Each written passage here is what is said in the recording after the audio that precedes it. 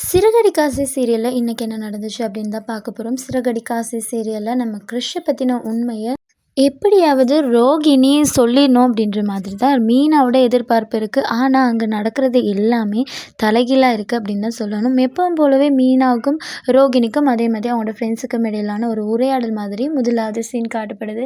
இதுல என்ன நடக்குது அப்படின்னு பார்த்தோம்னா, ரோகிணி மீனா கிட்ட சொல்றாங்க, "என்னால உண்மைய சொல்ல முடியல. நீங்க எங்க ரூம்ல கிறிஷ படுக்க வைக்கலாம் அப்படின்ற ஒரு ஐடியா குடுத்தீங்க. அதுவும் ஒர்க் அவுட் ஆகல.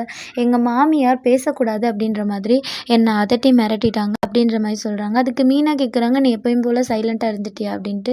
அதுக்கு அவங்க சொல்றாங்க, "ஓ! நான் எப்படி சைலண்ட்டா தான் இருக்க முடியும். அவங்கள மீறி நான் என்ன பேச முடியும்?" அப்படின்ற மாதிரி சொல்லிடுறாங்க.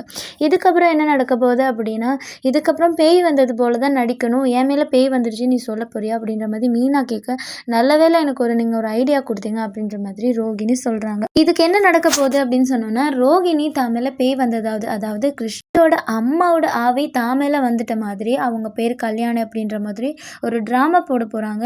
அதுக்கான அத்திவாரமா தான் இன்னைக்கான சீரியல் நடந்துச்சு. அது தவிர இன்னைக்கான சீரியல்ல பெருசா ரிவ்யூ பண்ற அளவுக்கு எதுவுமே இல்லங்க. தொடர்ந்து சிறகடி காசி சீரியல்ல என்ன நடக்க போகுது அப்படின்னு மறக்காம சேனல சப்ஸ்கிரைப் பண்ணுங்க, லைக் பண்ணுங்க, ஷேர் பண்ணி சப்போர்ட் பண்ணுங்க.